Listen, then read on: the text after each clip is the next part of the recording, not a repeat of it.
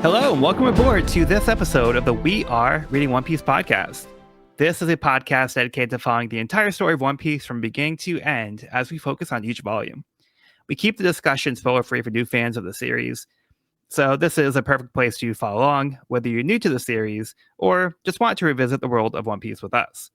This week, we will be covering the second part of Volume 61, Romance Dawn for the New World, which covers chapters 600 through 603. My name is Joel, and I'll be your host. Joining me today, we have Sean. This is Sean. We have Evan. This is Evan. And we have Cody. I was here days ago, but I got on the wrong podcast. That would explain a lot. Yeah. All right, but yeah, we are here now. We've reunited after an undisclosed amount of time. But yeah, we had some pretty cool stuff happen recently in the series. So I think it's a fun time to be here. Oh yeah. Yeah, and we are also going to be reaching a milestone of 600 chapters. Oh, Pretty cool. so many. So right, like we don't have a confirmed amount for One Piece, but I have a guess. I think the series will probably be about 1,200 chapters. So I would say we're probably about the halfway point of the series. I've guessed around that. I usually make it 1,300 because it's that thing where I feel like Oda plans for 600 to be the halfway point. But he's like, I got like a few more ideas. So I usually say 1,300, but like around there, yeah. It's crazy either way. So we'll see. All right, so let's get a little recap from where we left off. The Strats got Luffy's message to stay put, to train, and to reunite at Sabaody in 2 years. Luffy learned how to use Haki and train with Rayleigh. 2 years later, the Strats began to arrive at Sabaody. During the Strats' absence, another crew had been impersonating the Straw Hats and using Luffy's name to recruit strong pirates. Chopper mistakes the fake Straw Hats for the real ones and panics when the fake Robin has been captured, while the real Robin is confused to hear reports that she's been captured. Brook has become a rock star known as Soul King, causing some of his crewmates to wonder if he'll give up that life and rejoin them as a pirate. Luffy bumped into the fake Luffy, not realizing that someone had been impersonating him.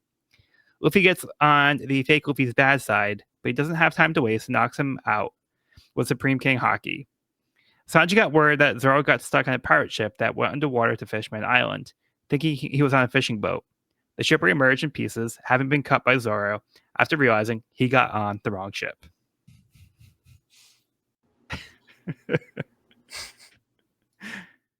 Classic. And he did nothing wrong. It was their fault. Exactly. They shouldn't have let him on. Should realize. Were they like bad people or bad pirates, or did he just destroy their ship for no reason? I mean, I didn't hear. It was just because he was on the wrong ship. So he's like, oh, I gotta get off. I mean, wow. Okay. Dick move, Zoro. Hey, clearly they abducted him by allowing him passage. Clearly Yeah. Clearly they are in the wrong. He did them a favor because if they couldn't handle Zoro here, then they won't make him the New World. So he actually saved their lives. Yeah. Yep. All right, but let's get into the monumental chapter that we were just talking about, chapter 600, Island of New Beginnings. As Chopper desperately looks for who took Robin, he bumps into the real Usopp and Nami. They explain that people have been impersonating the Straw Hats, which makes sense to them now that things have seemed a little off. The fake Sanji and Zoro attempt to capture Chopper after realizing he was the real Chopper, but run into the stranger who bumped into their captain earlier, who happened to be the actual Luffy. At Grove 46, the fake Straw Hats organize a gathering of their recruits. Word of the gathering had gotten out to the Navy, and they make preparations to capture Luffy. One of the rookies, white-haired Caribou, catches one of the Navy soldiers who is spying on them.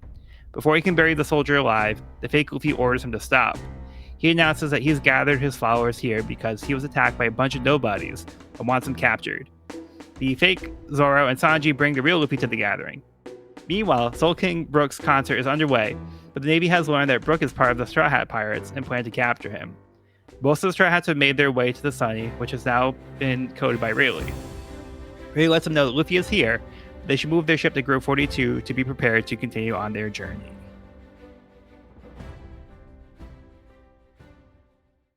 All right, thoughts on this one? I still am surprised with the level of bullshit that fake Luffy is getting away with. Like to this degree at this point. It's just, I guess people are that gullible this side of the sea still. Well, they don't have the internet, so they can't be like, "Hey, let's see Monkey D. Luffy. Oh wow, that's him." Like- There's wanted posters, and like this guy has gained like I guess they're like, okay, he's gained like 300 pounds in the last 2 years, but Yeah, but I also think with the wanted posters, they're probably not as like commonplace as you might think. Like they might be like posted like here and there on occasion, or if you get like the newspaper, like you'll probably like see the wanted posters, but they're probably not like issued like regularly. So unless like you're a bounty hunter, you're probably not like up to speed on like the wanted poster itself. But sometimes like the bounty numbers get out, and that becomes like a thing that they compare, which is something that we see here. That's like one of the qualifiers for this fake Luffy to recruit people. But a lot of people might not actually like, look at the posters and be like, oh, that's a picture of this guy. They might just kind of hear, oh, I heard this like crazy pirate like Monkey Luffy. He's really strong, so we want to follow that guy. Maybe some of them also were like, they were kind of just like swept up with the concept of being like, oh, we can be part of this like Straw Hat crew. Let's like just get involved and not look into it any deeper. So yeah, I'm sure there's a lot of reasons why people joined up. yeah. Well, Jimmy Scoops has got to get new pictures. Yo, our guy Jimmy, he has to stop leaving Levin's cap on. I assume it's also like been a little while since Luffy's bounty poster was published specifically too, because he's been MIA for a little while. Yeah, and people thought he might have been dead for a while, Right. so he kind of fell off the radar. It is a testament to Luffy's renown, though, on how this guy was able to manipulate the masses, So, like, I guess it is a testament to how famous and feared Luffy has become. That's like name recognition alone. Yeah, name recognition for sure. Speaking of recognition, Brook as a rock star, like, I need to watch the anime just because I want to hear what kind of music Brook's playing. I hope they do him justice because I love Brook as a rock star. I think this is amazing. Perfect. I couple years back saw a cosplayer in full Soul King Brook thing with guitar and everything. It was very cool. Sweet. I was fantasizing about it like this volume. It's like that'd be really cool to cosplay. Hey, you could do it. You could. Some skull makeup. Just get one of those like the little mini amplifier that just plugs right into the guitar. Or do you have one of those? Don't you? I have a headset amp, but those do exist. Like a Yeah. little You're set, man. You're set. the guitar too, like that like shark guitar. So cool. It's so cool. It's so metal. Yeah. Big fan. I saw how committed his fans are to the fact they're telling the Navy to shut up, let him sing just one more song. Like what's the harm? Just let him like finish up his concert. Let's go. Come on. We paid good money for these tickets. Right after the Brook scene, we get this Frankie scene where Frankie's showing off his new capabilities to Usopp and Chopper. And it's literally like blowing them off of their feet, like literally blowing them away with his new features. I thought that was hilarious. Like it never ceases to make me laugh when like they're like it's like the guys are like obsessed with like all the cool robot stuff he can do, and they're just like amazed when he does like anything. But yeah, we also get like the cool feature where because he has like the big hands now. Yeah. So they're like, oh, like how do you do like the fine work on the ship? And he has like little hands that come out of his big hands. Hilarious. Good for him. Let me get this. He's got retractable hair as well. Mm-hmm. Yeah, so you Which get the looks- classic Frankie hair. Yeah. I legit just want more options to dress the hair for Frankie. He's like, okay, how do I make this work story wise? You also get a couple of weird guys with the fake straw hats under their banner. These guys, Caribou and Coraboo. Co-captain brothers. I don't like his. I don't care for his tongue. It's a lot. He's got like venom tongue. Yeah. Or Coraboo's lizard for hair. Yeah. That's pretty goofy. Hilarious. Works Are pretty we- well. These guys are sleazy though. These guys are Mm. slimy. Mm-hmm. Are we sure it's actually hair, or is there an actual lizard on his head? It's we actual don't lizard. get- It's an actual lizard. Okay, I lizard- wasn't sure if we got confirmation. Lizard for hair. But it's like a wig or like a toupee. It's like, oh, nobody's gonna notice. Yeah, that looks totally natural, dude. Oh my god. But they are slimy. They are menacing, and we don't see people full on assault Navy officers like this guy does, especially not this viscerally. And for I don't know if so little would be a correct judgment of the situation, but still. He also seems to have like this element of like religious like fanaticism to him. Mm-hmm. So like it's like Lord have mercy, forgive these foolish soldiers who tried to kill me with a pistol. It's like now I have to bury them alive. So it's kind of like they're doing these like horrific things like in the name of like religion. Not sure if like that's like a serious belief or if it's just like a gag they're doing to maybe try to justify like their actions. Not entirely clear, but that is what they're representing here. I mean, the X's on their chest are just crosses turned 45 degrees. Mm, Yeah, they seem pretty radical. pretty radical. And not in like a cool way, in a bad way. In a very not radical way. I'm sure that lip service Dottie will be the next major villain of the arc. Oh, He's for definitely sure. going to be an Definitely. incredibly important character. Like, come on. I'm really scraping the barrel here, boys. Yeah.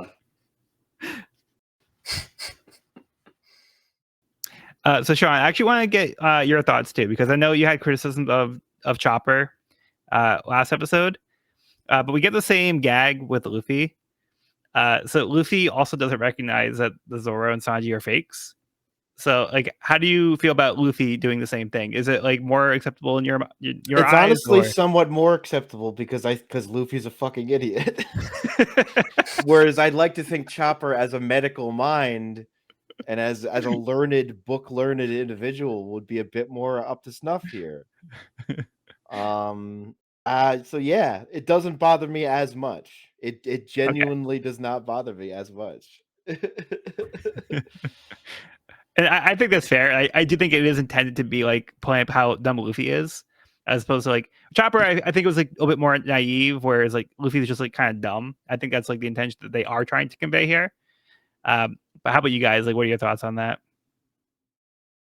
I think I'm coming around to it a little bit. I was also pretty critical of like our first impressions of seeing Chopper coming back, but I think it's fun. I think it's a fun gag, and like if it's not silly and goofy, like is it really One Piece? You know, like it would feel out of character if they're taking him too seriously. So I definitely think that it's grown on me, and we kind of see Chopper's new form too here in like reindeer form.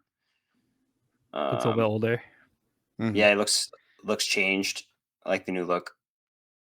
I just think that the misconceptions here, Chopper's misconceptions, Luffy's misconceptions, the world's misconceptions at fake Straw Hat Luffy, I think they're just, the circumstances are so comedic that it lets me suspend my disbelief just the right amount. I think it's just Mhm. the circumstances work for it. Yeah. Because it's so funny, I'm so down. Yeah, but I mean, it also is kind funny. of lends to like better making it believable that people would mistake this fake Luffy for the real Luffy, where it's like even the Luffy couldn't recognize like that his own crew like were not these imposters. So yeah, it could be that. And it's also too, it's like sometimes like if you see a celebrity like in person, you might not even recognize them. Not saying I have like an experience like seeing celebrities like all the time, but like there is like that case where it's like if you see somebody, it's like Oh wait, is that who I think it is? Like, I don't know. No, there's But, no like- way. No, that's Okay, not- Mr. LA. But like also like the Clark Kent thing too, where it's like, okay, like just because he's not wearing glasses, people can't recognize Superman. So yeah, it's like it's just like one of those things where it's like kind of have to suspend your disbelief a little bit. But I also could see where it's like there are cases where you might not recognize somebody just because like, you're not used to seeing them in person or you don't expect to see them. So like your brain just kind of filters it out and be like, oh, that's not what I'm seeing. Actually, I went back home over the weekend, right? I literally went to get a meal at the restaurant that I worked at for like 6 months. The manager walks by, and not until I finished my meal, he's like, "Holy shit, is that Cody?" So like, Yeah. yeah. So yeah, it happens. I think for me, like I don't know if it was so much the fact that I didn't think the joke landed so much as like I thought it was a really cool, like I thought it was like a missed opportunity for these characters that have come back and shown their maturity in a way, or like growth as a character. So I think they're like maybe two separate things for me. Because I do think part the of gag lands. I think it's funny. Yeah, I think part of the intention is to also show how they haven't completely grown. Like they're not different characters. Like they're still like who they are, but we're going to see that they have grown in certain ways. But I think it's also important to establish how they're still the people that we like knew before. For sure. So I think we'll see more of that as like time goes on. But I think it's just kind of a quick little reintroduction to these characters, and some of these characters we haven't seen in like a while, like in depth. So it's we're playing a little bit of catch up to see like where they're at now. But it's like at the end of the day, they're still the same Straw Hats that we know and love. Very excited to get up to speed. And actually, I have this shirt that I've intentionally not worn around you, Evan, because it has the time conversions. Nice. But now I can wear this, casually, and not worry about like, oh, I can't wait to see this shirt. We offer all of our Perfect stuff around Evan now. That's I've been waiting for. I can show Amazing. you one of the new Wanted posters that I got at. So it's a step up from before. It's a new world for me too. Hey, he said the thing. He said That's the it. name of the movie. Whoa. No way. And the last thing I wanted to mention before we do move on is I think it's hilarious how Zoro starts referring to people by the number of the order they arrived at the island. So he calls himself like number 1 because he got here first, like somehow by some miracle. And he refers to Sanji as number 7. He's like, number 7, tell him number 1 what to do. So proud of himself. Yeah, so I think it's just gonna be like a funny gag that's gonna come up here and there. All right, you guys good to move on to the next chapter? Good to go. Let's go. Okay, let's move on to chapter 601, Romance Dawn for the New World. Before the Navy could capture Brook, one of the Rosy Life Riders picked him up with a flying fish. At Grove 46, the fake Luffy prepares to make an example out of the person who bumped into him earlier. Luffy is confused as to who this guy is, as he was led here by the fake Zoro and Sanji, thinking they were the real ones. The fake Luffy orders Caribou to use the Navy soldiers they captured as a human shield to ensure their escape, but Caribou went rogue and decided to kill the soldier instead. This causes a riot as Navy soldiers charge in to attack the pirates. Sentomaru, now a full-fledged member of the Navy, arrives, as well as with the pacifistas. The pacifistas easily overpower the pirates and detect Luffy's presence. Sentomaru is confused when he confronts the fake Luffy and realizes it's not him. The pacifistas identify him as Damalo Black, a pirate with a bounty of 26 million berries. Realizing they've been deceived, the followers of the fake Straw Hats are upset. PX5 targets the real Luffy, revealing to the world that he is back, as they recognize his face from the wanted posters. Luffy makes quick work of one of the pacifistas, destroying it with one jet pistol. Luffy makes his escape as the real Sanji and Zoro find him. They, too, easily destroy one of the pacifistas, making it clear to everyone that these Straw Hats are the real deal. Luffy stops when he notices Rayleigh is here. Luffy thanks Rayleigh for the help these past 2 years, showing that he is going to be the king of the pirates.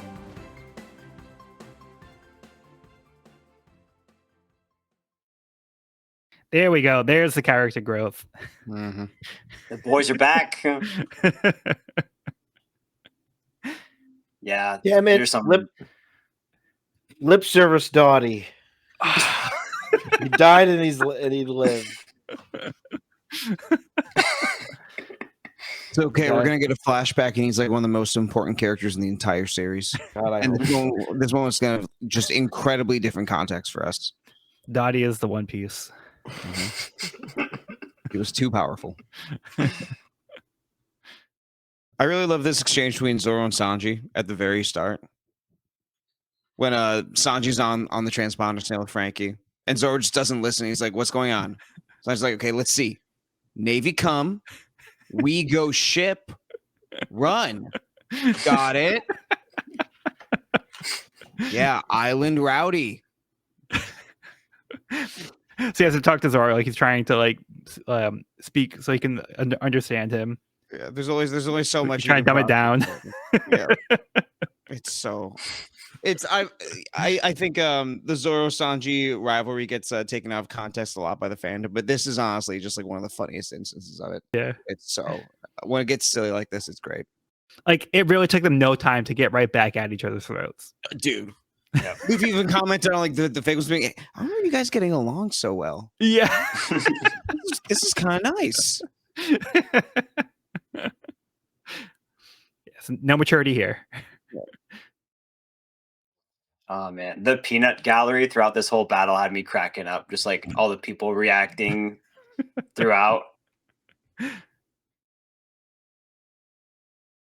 is a pretty dramatic scene. The Dark King. Also, seeing the power up here is pretty remarkable. Luffy's jet pistol is immaculate. Like, what an amazing panel. Yeah. Mm-hmm. Like, if you weren't hyped for what is to come, you are now. Like, so sick. Like this, yeah, like you said, this is what we've been waiting for, to kind of see the new moves. Let me see the jet pistol plus hockey. Mhm. Pretty sweet. It seems pretty effortless too. Because Yeah, next gear like, 2. hauling his backpack. He's like, "Hey guys, how you doing today?" You know, it's like nothing happened. It's like he just swallowed a fly. Yeah, you can tell he's honed his skills. Like even going into gear 2, like it almost looks like he just does it into his, instead of it being kind of like a full body preparation like it was before. It's just all of a sudden like his hand is smoking, and he just That's a good unleashes catch. this insane attack. And we know how fearsome the passive and powerful the pacifistas are. So like, they are kind of like the perfect gauge to show the gap in their previous skill level and the current skill level. Yeah, because last time like the pacifists like decimated the crew. Like they were powerless against them. They couldn't do anything. And now we see them like take them out like nothing. Yeah. So sick seeing Luffy go into action. Mm-hmm. Like too slow, like dodges the laser. So badass. And then immediately after unleashing this like insanely powerful attack that shocks everybody, he turns and is like, hey, Zoro Sanji, and is all like, you know, animated and like happy after like unleashing this pure carnage on the pacifista. I think everybody else like running in terror because they can't do anything, and like Luffy's just like, yeah, we just casually take this guy out. Yeah. Mm-hmm. Yeah, super hyped. Then Zoro and Sanji get the 2-shot KO on another one. I think either one of them could have easily taken out by themselves, but they just like they're trying to compete, so they both went after the same one. I see that. Yeah, I see that 100%. Yeah. So good. It's like, of course, when they find Luffy, he's like in the middle of like the chaos, like they try to keep a low profile, and this is like what ends up happening. We also experienced like a tender moment here between Rayleigh and Luffy, because Rayleigh was like kind of his mentor and got him to where he is, but also didn't fully see Luffy through to where he is now. So he does kind of get to see some growth in Luffy here, and sheds a tear as Luffy says that he's going to be King of the Pirates. Yeah, I like that. And yeah, that was pretty great. Yeah. Having been Roger's right hand man, I think those tears speak a lot For to sure. Luffy's character and growth. It's also Yeah, I really his mean- place as a mentor. It's like, he's a teacher seeing a student graduate. Yeah. Yeah. I just think it means a lot that he specifically chose to invest in training Luffy, and like he wants to see him succeed. So that's like that says such volumes for this character who was on the King of the Pirates crew. Like I said, like his right hand man. So somebody of that caliber who wants Luffy to succeed and become the King of the Pirates and to, like essentially take Roger's place, like he's rooting for him. So like the fact that Rayleigh sees that potential in Luffy, like I think that's just like that's such like a nice like full circle kind of moment, like to pass the torch on to the next generation. It's a pretty good mark on your resume. Yeah. Good reference. Yeah. It's also good to see that Luffy's regained that resolve, be the King of the Pirates, because we did see he was kind of doubting himself back, Mhm. After Marineford, where he's like I can't like protect my crew. Like, what kind of like King of the Pirates am I supposed to be? So now he's kind of gotten that back, where he's like regained that confidence. And he's now back at the point where he should be. He's like, all right, I can do this. This is still my goal. We're going to make this happen. Yeah. Do you guys have anything else for this one? That's all I really had. Yeah. That's it. All right, let's move on. Chapter 602, Downward Ho. Rayleigh tells Luffy to go and reach the top. He then draws his sword and creates a line in the dirt, warning the Navy soldiers not to cross his line. Perona arrives as well to lend some assistance to help Zoro escape, giving them a heads up that a Navy warship is approaching. Chopper picked up Luffy, Sanji, and Zoro on one of the giant birds, and they arrive at the site together to meet up with the rest of the crew. Their happy reunion is interrupted by cannon fire from a Navy vessel. Thankfully, Hancock and the Kuja pirates are here as well and interfere with the Navy's attack. Frankie fills the coating with air, causing the bubble around the ship to fill up to allow them to sink under the water. Back at Grove 46, Heracles, along with some giant bugs and some queens from the Kamabaka Queendom, fight off Navy soldiers, while Herodis and his colleagues cause Rain to mess with the Navy's weapons. Nami explains they're about to go underwater and gives Luffy a chance to speak to his crew. Luffy thanks him for going along with his request to meet up here 2 years later than planned. Then he shouts to set sail for Fishman Island. The collective excitement of the fandom when they finally went underwater. Dude. Because we've been saying, hey, we're going to go to Fishman Island for how many volumes now? I want to say Since this is like, Enies Lobby. yeah, this is like 4 or 5 years when like we were like, okay, Fishman Island's next, guys. We're going there soon, right? Right, guys? Right? Fishman Island soon?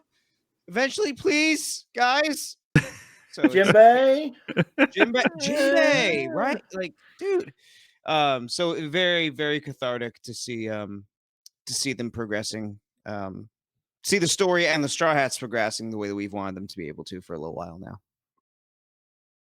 Yeah, it's been a minute since we've seen the whole Straw Hat crew on the Sunny.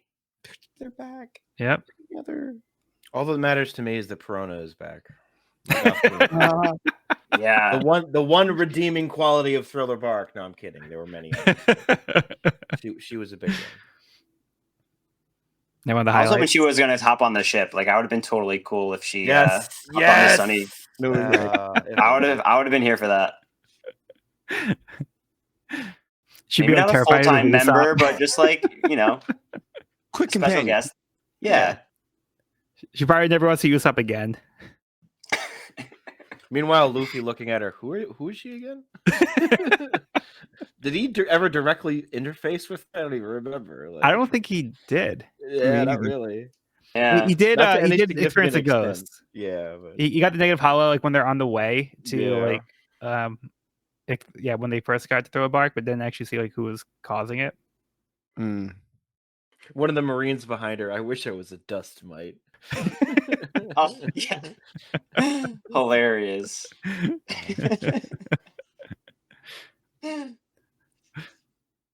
So good.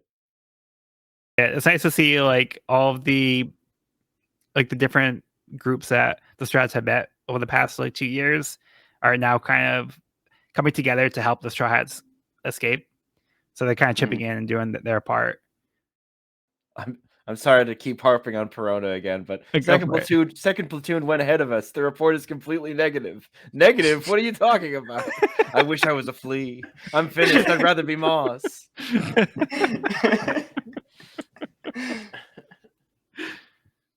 That was a great callback because right before she was reintroduced, we saw one of her ghosts as like the last little corner panel of the page. I was like, oh, she's back. Pretty exciting. Pretty excited. Yeah, and we kind of see a bunch of characters from across the multiple worlds or islands rather that our Straw Hats have been stranded on. So it's kind of fun how, like you said, kind of all the pieces are coming together as the Straw Hats are taken off.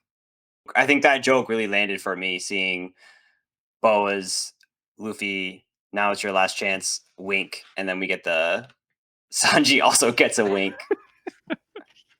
I thought that was hilarious. From one of the queens. One of the queens. Yeah, I ended up on the island of women. They're all my friends now. It's like a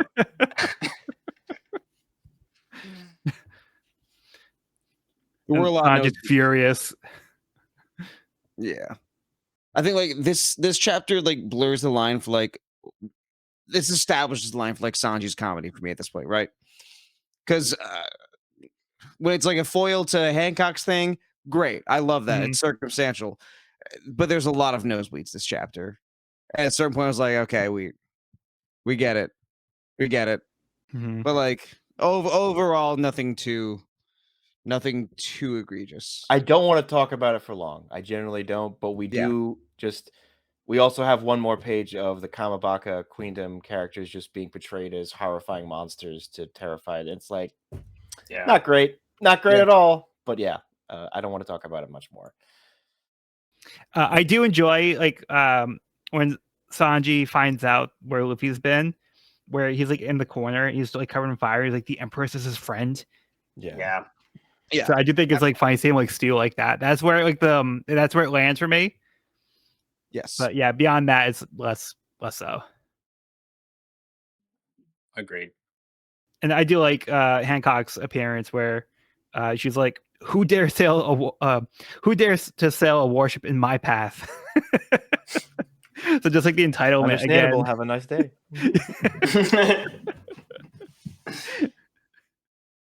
And once again, like Luffy like seeing Frankie's upgrades, and he's got like the starry eyes, the typical like, oh man, he's like a robot. That's so cool. Now he has to try and pull him away. We have more important things to do right now. I also really enjoy seeing the just the exploration of how the descent to Fishman Island is going to work with the ship coding. Yeah, it looks really cool. I love the idea too, how it was kind of like introduced this Saboti and how like the bubbles work there. So we've kind of already seen interaction with this like kind of technology. But it is cool seeing it applied to the Sunny. Yeah, it's just like a bigger scale, because like we did see them like use like bubbles that's kind of like backpacks or like a way to like store items. Like you put the you put the items in the bubble, you can use it to like carry it around. So like we've seen that like the bubbles can like, you know, pretty much carry stuff in it. And we're just seeing it like cover an entire ship. Also great seeing Luffy and Zoro being two halves of one brain cell at Nami's explanation.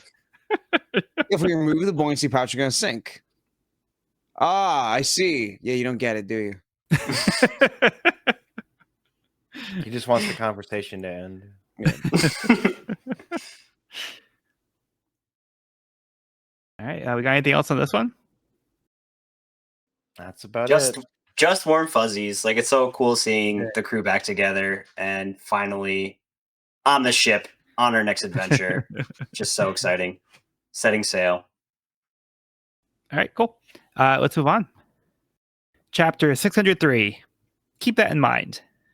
Caribou and his brother Koribu confront the fake Straw Hats, revealing their intention was to kill them all along to get the fame. Now, having seen the real Straw Hats, he plans to go after them. Sentomaru reports to headquarters that the real Straw Hats have returned, much stronger than before, and are headed for the New World. Rayleigh and Jackie watch as the Straw Hats took off, causing Rayleigh to feel nostalgic about when he met Roger. The Straw Hats marvel at the view of the ocean from below. Luffy and Zoro are eager to try to catch some of the big fish, but are stopped by Chopper and Usopp, who are concerned they're going to pop the bubble. Before Nami could explain the logistics, Sanji gets overly excited, causing his nose to bleed and shoots him out of the bubble.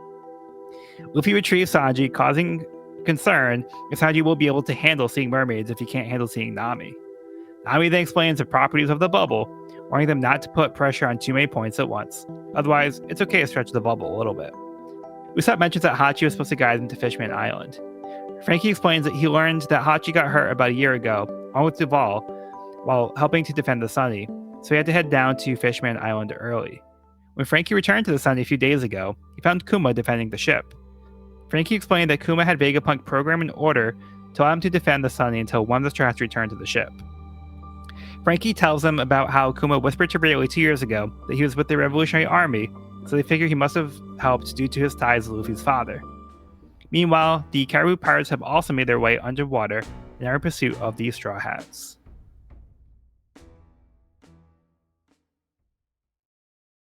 Hey, where to start on this one? Well, we get a bit more information on Caribou and Korobu. Caribou is a Logia type. Yes, we just have a devil fruit. With the devil fruit, so that's pretty interesting. Looks like he can turn into goop. I don't know. It's kind of hard to guess. Not far off. Yeah, I don't think it's revealed what it is yet. No. Yeah, pretty gross. Yeah, I so don't like these Caribou guys. pretty much was going to use the Straw Hats as a way to propel himself up in the world. So like his intention was to just wipe them out anyway. So like when they beg for mercy, he's kind of like, I was gonna kill you guys regardless. So I'm just gonna do it anyway. Yeah. Moving on, we get a really cool flashback here of Roger, who has a striking resemblance to Ace, and is notably wearing a straw hat. Is this the first time we see Roger in a straw hat? I think so. I would say he looks more like Luffy to me. Just a bit. I could see Luffy or Ace here. I can see a little bit of Ace too, now that you mention it, but yeah. Yeah, I mean, I see Luffy in it too, and like even later in this, even on the next page, like you see Luffy kind of with the hat on, looking up, and yeah, there's a striking resemblance. So Roger says something here when he first meets Rayleigh. First, he introduces himself, and he says like, "This is fate," and then he proposes, "Let's turn the world upside down together." So I've seen speculation that this is also what Luffy was saying in the flashback when they were kids, where we don't have like the reveal of his dream. I actually watched the clip from the anime to see what they said. In the anime, they actually do have Luffy say his dream is to become the king of the pirates, whereas the manga, they left it ambiguous. So the anime might have messed up if it's something that's different. I don't at this point. They want anything for extra screen time. I just think it's interesting that they made such a different decision for that. But I'm not saying this is the same thing, but it is something that people have speculated that is something that maybe Luffy was saying, because there was like this thing where Shanks told like Rayleigh, like, "Oh, I met this kid that was saying the same things as Roger." So this is something that maybe Luffy was saying as well when he was a kid, but we don't know. This is just like a guess. I've heard some theories about that myself. I've never heard this one though, and I do like that. I like the justification you made too about what Shanks said. That's yeah. This has merit. Yeah, so just a possibility. Do you want me to talk about the parts that I like or parts that I don't like first of this chapter? Whatever you want. Someone pick, please, because I can't decide. Parts you don't like. Parts I don't like. Okay, what happens with Sanji here is a fucking disaster. Mm-hmm. It's stupid, it's dumb, it's we have taken anime nosebleeds are a thing that is like never treated really seriously. It's made as a gag thing. And I'm able to accept it as a gag when it becomes plot relevant and they acknowledge, oh, he's losing a lot of blood because of this, is when this stops being funny and starts being incredibly fucking stupid. And I hate it. I hate it from the top to bottom, what Sanji is in this chapter and what he is going to be for a bit. It sucks. It sucks and it's awful. I love the flashback with Frankie and Kuma. That was really cool. That like he's been waiting there the whole time, mission complete, and like it's very mysterious, but it's also like it confirms a lot of things that we're thinking of. Like he sent them to places they needed to be and stuff. So it's like, whoa, what was Kuma's deal? What's going on there? I love all of that stuff, and Caribou's kind of just cacklingly evil in a way that I haven't seen in a One Piece villain in a while. So that's all great. Love all that part. Sanji stuff, can fuck off. For me, with the Sanji nosebleed, I think that if it happened once where the nosebleed became like plot relevant and he's losing a lot of blood, and if like a good like 70-80% of his character of his screen time since he came back wasn't this type of thing, if it happened once, be like, oh, that's kind of meta. Good, that's funny, Oda, but this is just not where we are right now. Yeah, it's just constant. I'm like, I'm just like Sean said, I'm already like a bit tired of it. It's been like a few chapters. I'm like, we're good. I'm good. Yeah. I'm good on this. I've had enough. I'm set. But Kuma is pretty awesome, and I was very curious about him the entire time. And that panel of him waiting by the Sunny is probably like one of my top 10 panels in this entire series. It's really so cool. beautiful. Yeah. He's been like one of the more interesting characters that we've had. I feel like in the whole series, like his character has just been super interesting to slowly unfold. And there's been so much mystery around him as a character. So it was cool getting some more light shed on what became of Kuma. Yeah, it's good to see some intentions from him as well, because we still don't really know like what his intentions are. This does give us a better speculation as to what his thought process may have been. So this is good insight into the character Kuma, and it reveals that he's really been an ally to them pretty much this whole time. You know, he's been like antagonistic to them, like in their eyes and in the story. As like the reader, like we perceive him as being antagonistic, but now we see the idea behind what he's been doing was really to benefit the Strads all along. And also props to Hachi and Duval for also helping to defend the Sunny. Yeah. Like Duval was like real like ride or die. Where, like, he could have been like, yeah, like I feel like I've done like enough to like repay the Strats for like all that they've like done. It kind of feels like uneven with like how much Duval's been like really like trying to help the Strats and prove himself to them. But like in his eyes, he's like, yeah, I need to keep like helping these guys. But yeah, like, Hachi, yeah, Hachi had to unfortunately try to recover because he also got hurt. But it's also good to see that Hachi was also trying to make amends further for like you know what happened, you know, with their previous altercations with the Arlong Park. He still feels guilty about that, so he's doing what he can to help out. So it's nice that Hachi is still trying to help out his new friends.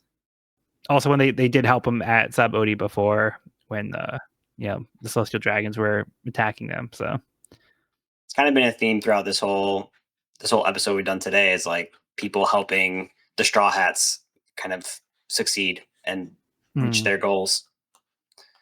They make powerful allies. Yeah. Which is very big asset. Yeah. It's almost like they're building like an extended crew beyond the primary crew. Well, like right. Just, there's the ancillary members down the road. There's the fan club in the next state over. And Cody, were you saying that's like the same point that Mihawk had made? Yeah, it's just applied to the whole crew. Like they each, you know, throughout the world as they go through East Blue into the first half of the Grand Line to Sabaody and beyond, they just keep on making allies, making people like them, even though they're pirates. It's wonderful.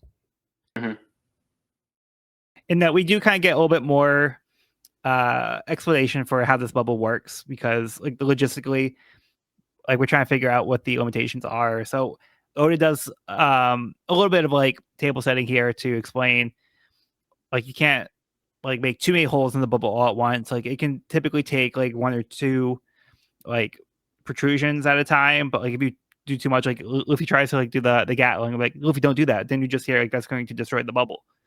So it's like, you know, something like being bitten by like a Neptunian that might like destroy the bubble. So they have to watch out not to get like eaten. And Rayleigh actually told them that like 70% of the ships don't make it to Fishman Island. So it's a pretty low success rate. Mm-hmm. And we can kind of see why, because like it really can be very risky to have to go this route. And something else I wanted to mention that might be a little confusing.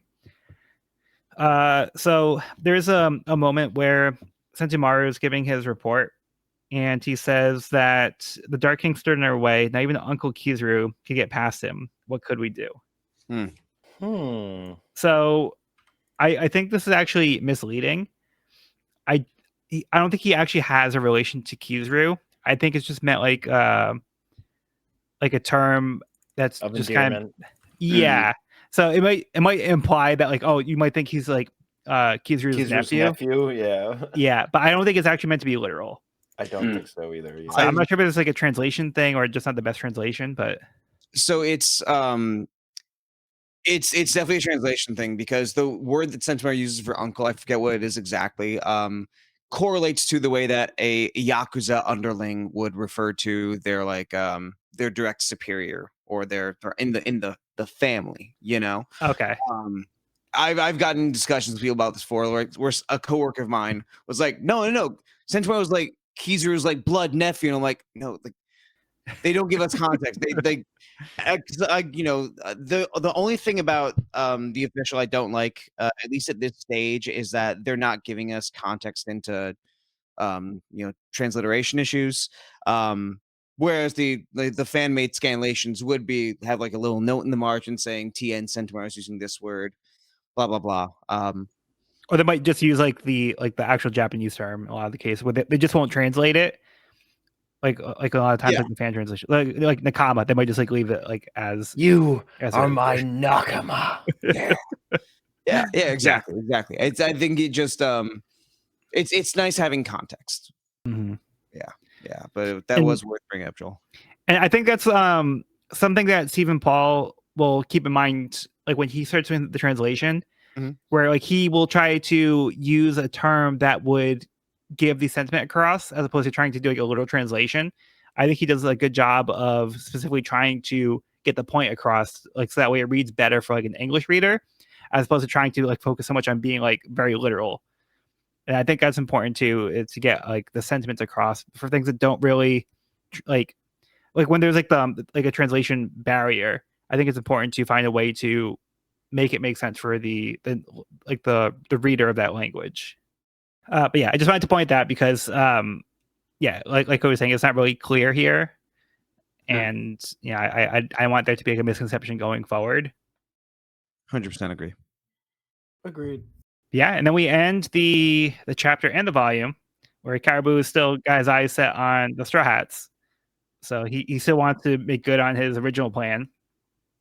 So he's kind of lurking in the distance behind.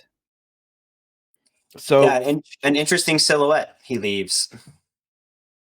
funny bit of personal trivia that I just wanted to bring up was I read One Piece for a while back in the day, and I read up to like I think around Alabasta, and then dropped off for a long time. And I remember just vaguely checking to see where like, oh, what's happening in One Piece right now. And I remember seeing Caribou as like an untranslated page of him, and the implication was this is the next big villain. And it's like I don't know about at the time though. I was like, oh wow, okay, he's a creepy looking guy. I'm sure he's the next big villain. Also, next to him was Dottie. Next to him was Dottie. Move over. These guys 7 look like big shots. Big shots. Evan, you mentioned there's an interesting silhouette here. Yeah, it almost looks like the ship that's following the Straw Hats is like being pulled by some sort of aquatic creature. Looks kind of like a whale. I don't know. Oh, okay. Hmm. Yeah, I wasn't sure if you had a more specific guess as to the silhouette, but I'm going to leave it at that. Okay. I'm going to leave it cryptic. Well, what I will say about where we're at right now is that I do love the way that Oda is having fun with the undersea backgrounds, Yes. especially I was the gonna lighting mention in that. these panels too. That is cool. The sailing underwater looks so cool. Mm-hmm. Anytime Oda draws big sea monsters or just has like little sun rays permeating through, it's always a win. And we also get another, we get like, there's always a bigger fish moment here. Yeah. Yep. Yep. So we see like a larger Neptunian type creature eating a big fish. Right as Nami's describing that a Neptunian bite would probably puncture the bubble. It's like, how about they eat each other and not the ship? Cool. All right. So do you guys want to give your closing thoughts on the volume? I'm really excited for what is to come. I feel like, you know, the reunion has officially happened. Our Straw Hats are reunited and all on the same ship and heading towards their next goal. And I feel like there's this new sense of adventure again, where for the last few arcs, there's been such a specific goal of like saving Ace and like getting to this very specific target that now that has passed, it kind of feels like we're back to our like adventuring, you know, wherever the wind takes us kind of I guess like less specific goal, you know, like back to our old ways. Which is exciting. Yeah. And it seems like we do kind of have like a new villain, I guess, in the mix. So We'll see. exciting stuff. I think the way you describe it as back to the adventure is really telling. I think that's a really good point you make, Evan. For me, in a similar vein, I love the just renewed spirit of triumph they have. That we can do this. That we're back, baby. It's so nice being all happy and together and excited. Seeing how much they've grown after the amount of time they spent apart, and it's just great that it happened to Sabaody, that they're able to make some good memories at this place again, and I'm so excited to see them continue to adventure. I'm so excited for them. I've missed the banter amongst Straw Hats. Mhm. Now, Sean, do you have any closing thoughts? Under the sea. It's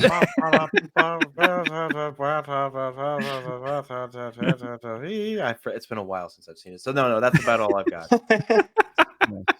That sums it up nicely. Yep. Yeah, I think it is fun. Like you said, Evan, it's fun to have the Strouds back together. And now we're kind of like returning to basics in a way. So like, let's get back to like the regular adventure, where it's like before it's been kind of like a detour. Because again, we've been trying to get to Fishman Island since the end of Enies Lobby. So it's been a long time since we've actually been continuing the adventure that the Strouds were supposed to be going on. So it is fun to get like, reintroduction to these characters, and now we can look forward to seeing like how they've grown, because there's gonna be more tricks up their sleeves. We haven't really seen anything quite yet. We've just kind of got a little taste of things here and there. But yeah, I think it's gonna be fun to see how things have changed, and there's a lot I'm looking forward to coming up. Yeah, it feels like open-ended again, which is exciting. Yeah, as a reader. All right. Well, that will conclude this week's episode of the We Are Reading One Piece podcast. You can find this episode wherever podcasts are found at We're Reading One Piece podcast.buzzsprout.com or on the YouTube channel at We're Reading One Piece. This is a spoiler-free channel up to where we record the podcast, so if you're new to the series, you can visit the channel there. You can also find me and this podcast on my YouTube channel at Pirate King Codex for more One Piece content. If you have any questions, comments, or feedback, you can reach us at wearereadingOnePiece@gmail.com. We'd love to hear from listeners, so if you're enjoying the show or if you have any suggestions on how we can make it better, let us know. Next episode, we'll be starting Volume 62, Adventure on Fishman Island. I've been Joel, and I've been joined by Sean. This has been Sean. Evan. Thanks for listening. And Cody. We're back, baby. 2 more years. We're so back. Let's go. All right. Well, be sure to bring along all your hopes and dreams, and we'll see you on the next episode.